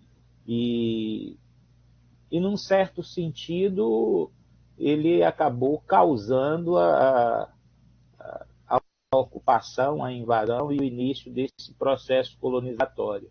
Mas a esperança é que eles não nos venceram. Da leitura de Ailton, de Rosane, de Edmar, de Almires, de Davi e diversos outros parentes, de Elisa Pancararu, elas dão conta de que nós não fomos vencidos, né? Como brincam, né? A luta continua. Obrigado. Obrigada, Elvira, querida. Rosane? Deixa eu lá. É José Carlos, né, que fez a pergunta. Sim.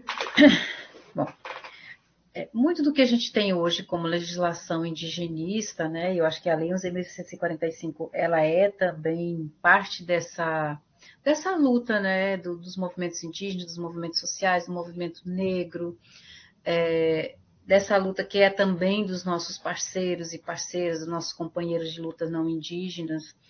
Ela é justamente parte dessa luta que o Vira fala, né, de a gente, veja, parece que a luta ela é sempre nossa e dos nossos parceiros, né, nesse sentido de trabalhar a interculturalidade, né, porque o que é a Lei 11.000, não sei se todo mundo sabe, mas a Lei 11.645, ela alterou a 10.639, a Lei 11.645 ela é de 2008, ela alterou, inclusive a LDB, né, a Lei 10.639 de 2003, que tornou obrigatório, a 10.639 tornou obrigatório o ensino da cultura e da história, dos conhecimentos afro-brasileiros, e a 11.645 ela vai alterar a 10.639 para incluir os conhecimentos, as histórias, os saberes, as culturas indígenas, né? Então, em termos legais, a gente pode dizer que é um avanço, porque a gente consegue tornar obrigatório nos estabelecimentos de ensino brasileiros, sejam eles públicos ou não, o ensino. No entanto, quando a gente fala de implementação, a gente esbarra mais uma vez no racismo, né? Por quê? E não só no racismo, que é estrutural, como a gente já disse, que forma e deforma os educadores que estão nas escolas, e também uma questão de formação. E aí eu vou te dar um exemplo, né? 2 exemplos, na verdade. A gente realizou em 2017, final de 2017, início de 2018, a gente realizou em 2018, na verdade, no início, a 2ª Conferência Nacional de Educação Escolar Indígena. Veja, a gente tem quanto tempo de artigo 231, de redemocratização do Estado, no entanto, a gente conseguiu realizar até hoje apenas 2 conferências nacionais de educação escolar indígena para pensar, avaliar essas políticas, fazer propostas, enquanto a saúde já está na 7ª, se eu não me engano, ou mais, né, Vira?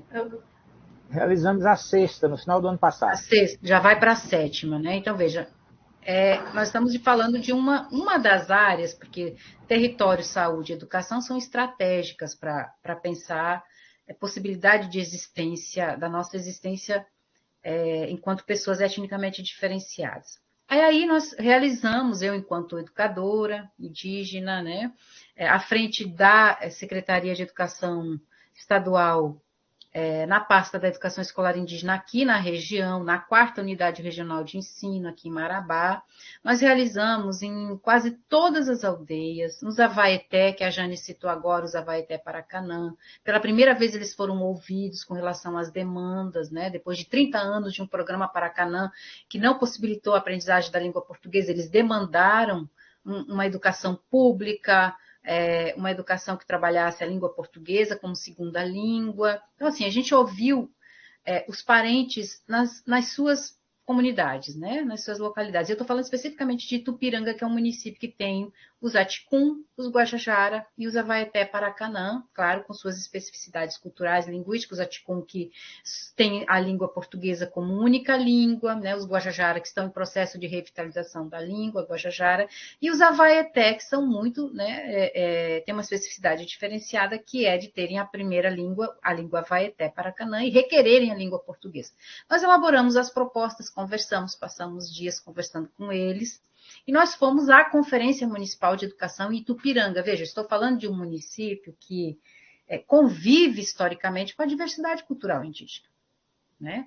No entanto, a pessoa que mediava essa Conferência Municipal de Educação era uma educadora, uma docente de uma universidade federal, do curso de pedagogia, e quando nós apresentamos todas as propostas, né, de criação da categoria de escola indígena, criação da carreira e da categoria de professor indígena, criação do departamento de educação escolar indígena, não apenas uma coordenação que é um apêndice da educação do campo, porque a educação escolar indígena é uma modalidade específica no Ministério da Educação, ela precisa ser tratada dessa forma. Então, quando nós nos embasamos no que é nosso direito já conquistado para elencar, apresentar as propostas para uma plenária, de professores não indígenas e algumas poucas lideranças indígenas, Avaeté, Paracanã, Ticuí e Guajajara que foram, a gente ouviu, né, da pessoa, pedagoga, que forma pedagogos para trabalhar nas escolas, inclusive escolas indígenas, porque nós temos muitos professores não indígenas nas escolas,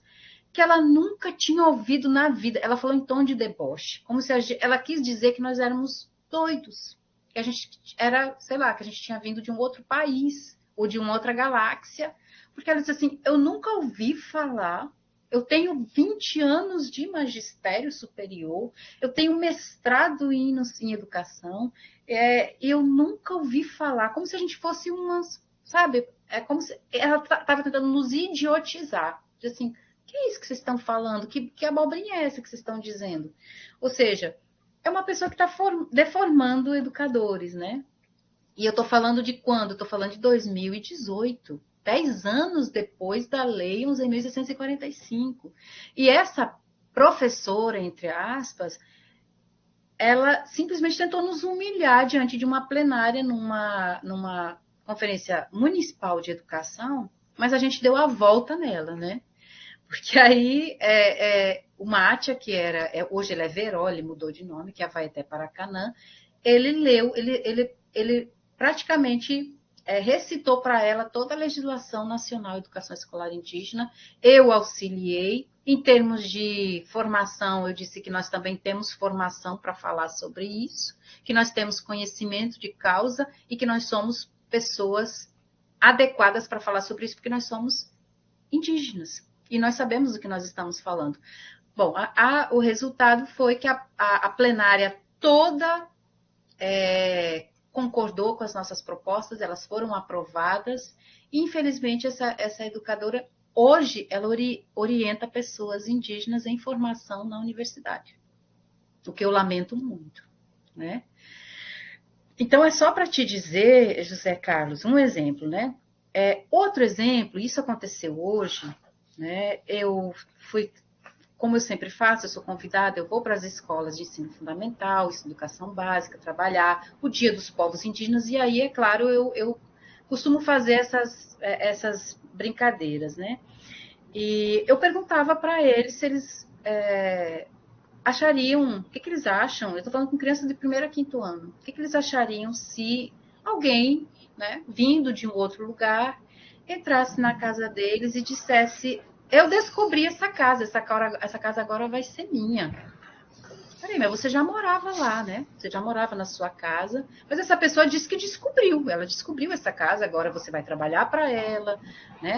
Que é mais ou menos o que as pessoas trabalham, que os educadores trabalham quando a gente fala de descobrimento do Brasil, que é uma coisa assim, para nós, assim, tão inadmissível, mas que na cabeça de muitos educadores é muito comum. A gente ouve, inclusive, pessoas falando, trazendo essas categorias, né? Silvícola, por exemplo, né?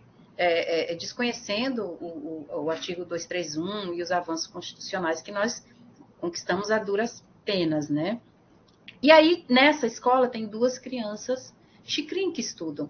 Por razões que, né, eu desconheço, eles estão em Marabá, porque eles andam, circulam em todo Paraupebas, Marabá, eles têm residência aqui em Marabá.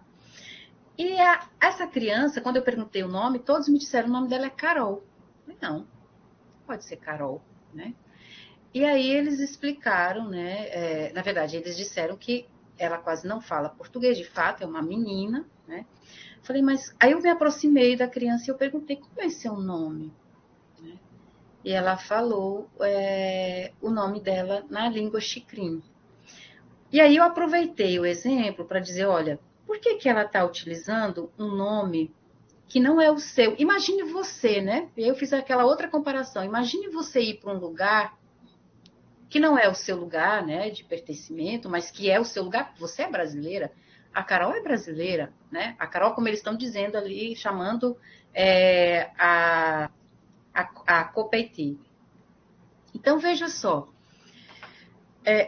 Ela precisou abdicar da sua identidade, que é o nome, né, de um dos seus marcadores identitários, e que é importantíssimo para ela enquanto pessoa xicrim, para poder ser aceita, para que os colegas pudessem pronunciar, não porque eles não têm a possibilidade, porque depois eu repeti o nome, eu pedi que as crianças falassem, eles falaram perfeitamente o nome dela, em Xikrin, na língua Xikrin. A dificuldade não é as crianças pronunciarem o nome da colega que é de outra etnia, porque eles aprendem com muita facilidade, mas é dos educadores que trabalham com ela fazerem o esforço, né, de aprender a língua Xikrin. O que está por trás disso, ao meu ver?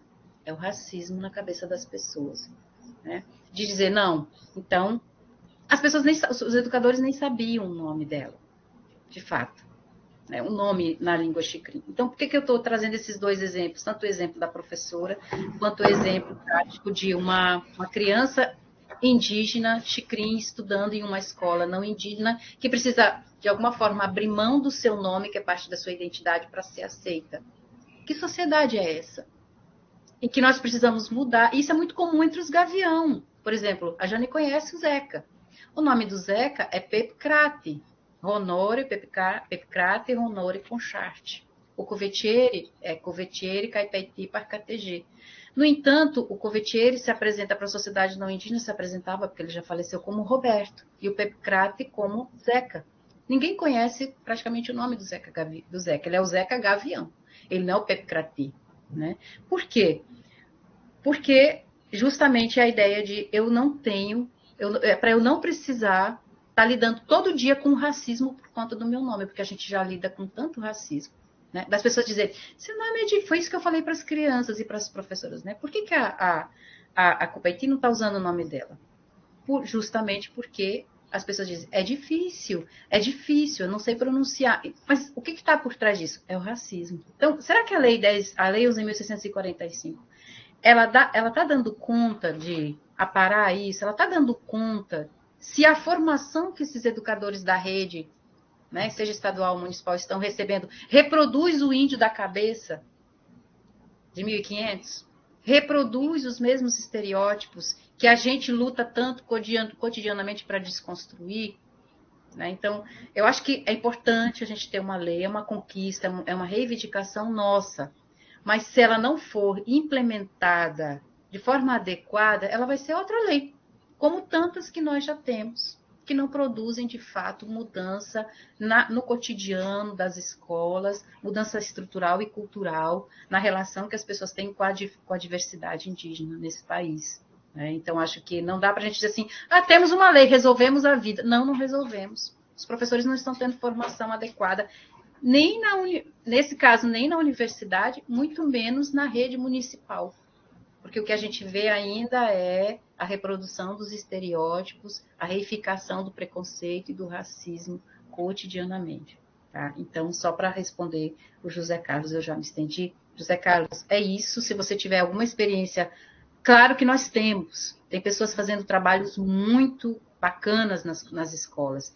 A gente tem visto isso, mas não é a maioria, são exceções. Assim como ainda é exceção nas universidades nós temos pessoas que publicam conosco, que abraçam a nossa causa, que lutam e brigam por nós nas universidades pelas ações afirmativas. Vocês podem ler também o Vira, como bem disse a Jane, para complementar a resposta anterior, e vocês podem ler o que a gente publicou com a Jane em parceria, né? Porque a Jane é nossa parceira também de produção intelectual, de escrita, de reflexão. E não é reflexão somente teórica, mas é reflexão da prática que a gente vem fazendo, tanto em Altamira, como em Santarém, como nas diferentes regiões do estado, onde a gente também tem feito esse diálogo mais próximo com os educadores das escolas, com os parentes, né? A gente fez esse movimento já há um tempo atrás aqui na região, em todas as regiões do estado, na tentativa de produzir um material didático para a diversidade cultural. Foi um curso muito bom, né? Quem sabe a gente pensa aí num próximo, né, Jane? Um curso de extensão para a formação de professores, mas eu acredito nessa parceria, sabe? Essa parceria comprometida, institucional, mas com pessoas que militam, com pessoas que têm comprometimento com a causa. Aí a gente consegue fazer, de fato, essa diferença, tá?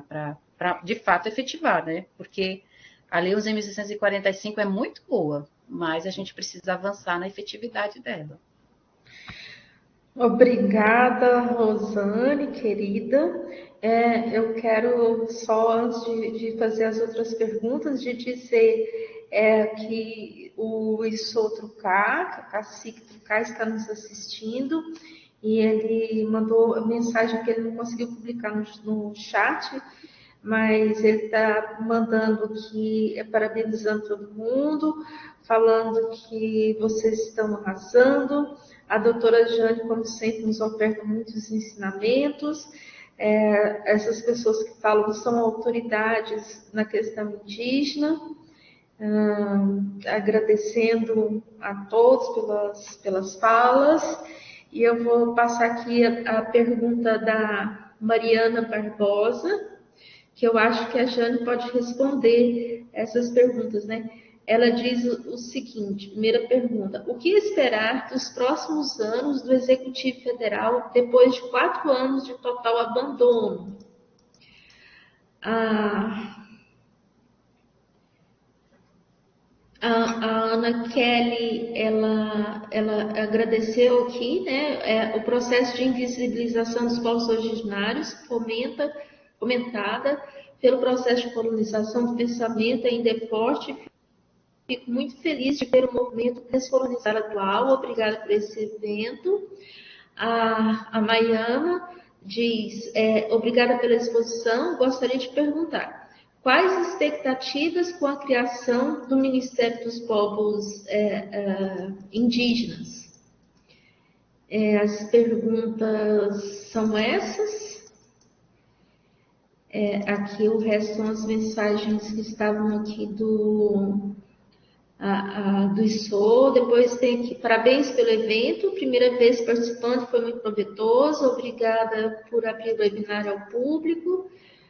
O Antônio Fernando dizendo que é fã dessas pessoas.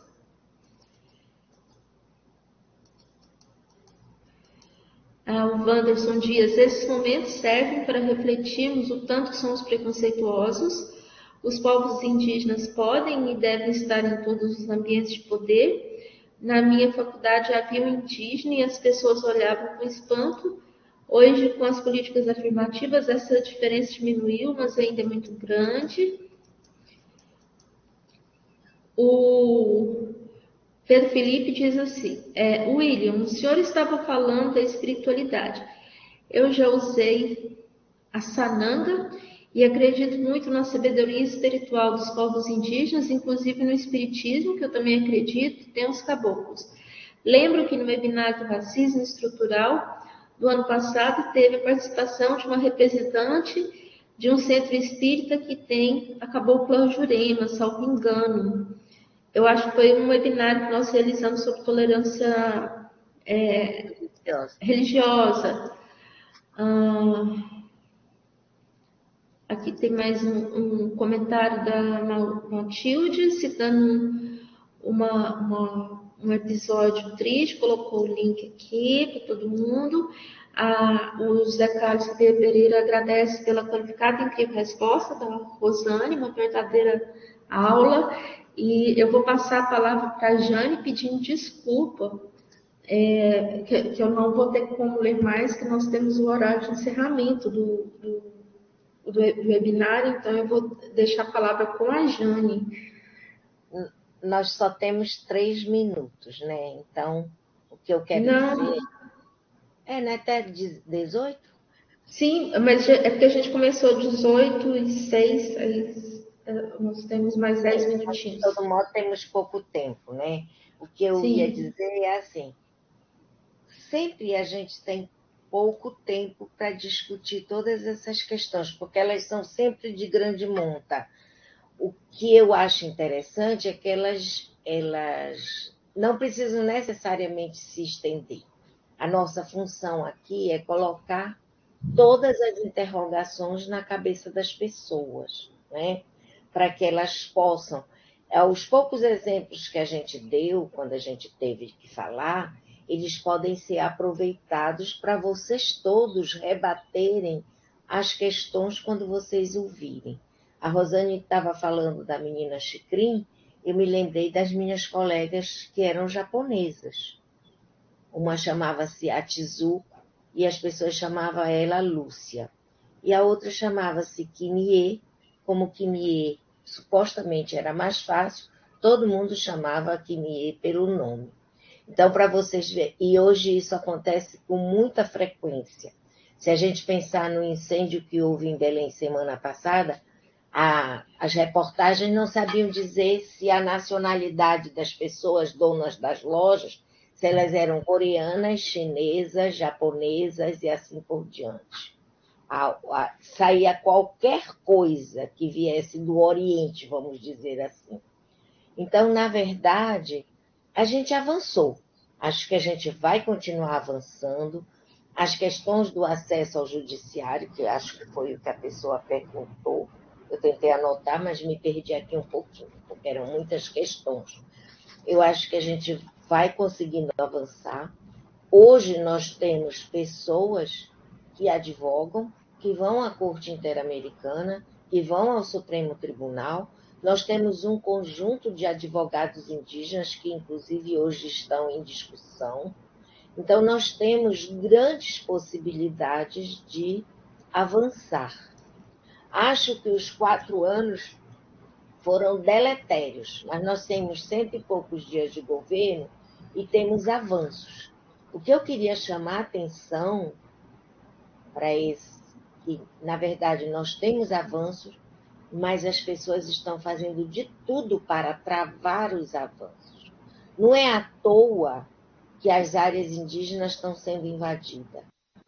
Não é à toa que a polícia do Mato Grosso do Sul está tratando os Guarani de forma absolutamente inadequada, para dizer pouco. Então, a gente tem que estar atento, porque essas situações, elas vão tentar produzir o caos sempre. Por exemplo, amanhã as pessoas dizem assim, vai ter uma invasão na Federal. Aí todo mundo fica com receio, não vai dar aula. Tanto pode ser, quem vai produzir alguma coisa de malefício numa escola, numa universidade, vai fazer. Não tem inteligência no mundo que consiga desarmar essas situações. Porque às vezes são situações individuais, as pessoas passam meses acompanhando as situações. E aí isso provoca o medo, provoca o pânico. Esse pânico e esse medo não nos ajuda. Nós temos que levar em frente, porque a democracia tem que ser restabelecida nesse país com a condição que nós desejamos. Então, o importante é que a gente tenha como objetivo considerar essa possibilidade, lutar por ela e evitar os pânicos desnecessários, porque o pânico, o medo, ele produz o caos, ele nos imobiliza e nós precisamos agir politicamente para que todas as situações possam ser enfrentadas de maneira adequada. É lógico que todos nós corremos riscos. Saindo de casa, você já está correndo risco. E ficando dentro de casa também, né? Porque a gente tem outras possibilidades de ser agredida estando dentro de casa. Então, eu digo que a gente avançou, a gente vai continuar avançando, a gente viu muitas coisas e a gente está vendo, nesse Dia dos Povos Indígenas, a cobrança de várias lideranças importantes para que as coisas mudem, para que a continuidade das situações possam se estabelecer, para que a gente possa restaurar a saúde dos Yanomamis, para que a gente possa retirar os garimpeiros, porque vejam, o garimpo, ele não atinge só os Yanomamis. Como disse a Rosane, essa luta é de todos nós. Qualquer um de nós que mora em qualquer uma das cidades pode comer um alimento contaminado por mercúrio. E o Estado brasileiro tem que fazer alguma coisa, porque o exame de rotina para detectar o mercúrio, que pode prevenir o agravamento das situações, custa R$ 2. Isso é um trabalho das pessoas indígenas e quilombolas, recentemente feito na Clínica de Direitos Humanos, onde a gente tem, aí vocês podem ir lá e contribuir com isso, assinar o protocolo para que o Ranulf possa apresentar pelo Amapá, que foi a pessoa que nos acolheu, para que a gente possa, de alguma maneira, ter esses exames no nosso cotidiano e para que a gente entenda a deletéria ação do garimpo nas nossas vidas. Não é apenas na vida dos povos indígenas. E se vocês forem a algum lugar procurar os índices de pessoas contaminadas pelo mercúrio, vocês não vão encontrar, porque não existe esse cadastro em termos nacionais. Então, em termos de Estado, nós precisamos avançar muito. E o Estado avança com políticas públicas na medida em que ele é pressionado. Pensem que nós somos poucos para a pressão do agronegócio. Pensem que nós somos poucos para enfrentar os burgueses. Então, a possibilidade popular de fazer pressão, ela é grande. Abril Vermelho está aí e os indígenas vão se manifestar nesse momento com o apoio de todos nós. Espero que todos os que estão ouvindo, mesmo que seja um trabalho de formiguinha, tentem dizer, olha, não chama o Vira de William, chama o Vira, porque é a marca que ele tem a partir da conquista que ele fez no Médio Xingu. A Rosane não teve um nome cangangue que ela possa usar frequentemente. Ela se chama Rosane. Eu lembro que quando ela e o Almires passaram no direito, alguém mandou perguntar para mim assim, teve fraude, Jane? Essas pessoas não são indígenas, porque, por certo, eles esperavam os nomes que não era nem Rosane, nem Almires, como se eles não tivessem direito a um nome civil. Então, por aí a gente vai vendo as outras coisas. Eu agradeço muito os elogios que foram feitos a todos nós. A gente faz o esforço que pode para tentar combater o racismo, porque essa é a sociedade que nós queremos, que nós desejamos. E assim a gente pode conviver melhor, ter relações sociais mais efetivas e decisivas para a implementação e a continuidade da democracia. Obrigada. Nós que agradecemos a professora Jane, sua fala sempre importantíssima. Eu quero agradecer muito a todas as pessoas que estiveram conosco, que assistiram. Tenho certeza que foi muito proveitoso para todos nós. Então, muito obrigada, Jane, Rosane, Uvira, pela a colaboração, que com certeza, né, é uma forma de nos ajudar no Poder Judiciário a que a gente conquiste melhor atendimento. Também quero agradecer a diretora da nossa escola, a desembargadora Celinha, muito obrigada por a ideia, né, de elaborar esse evento. Também a nossa diretora Cristiane, nosso diretor da CELAR, e o Antônio Fernando, que já está chamando a Rosane de Mana Rosane, e o Vira de Primo Vira,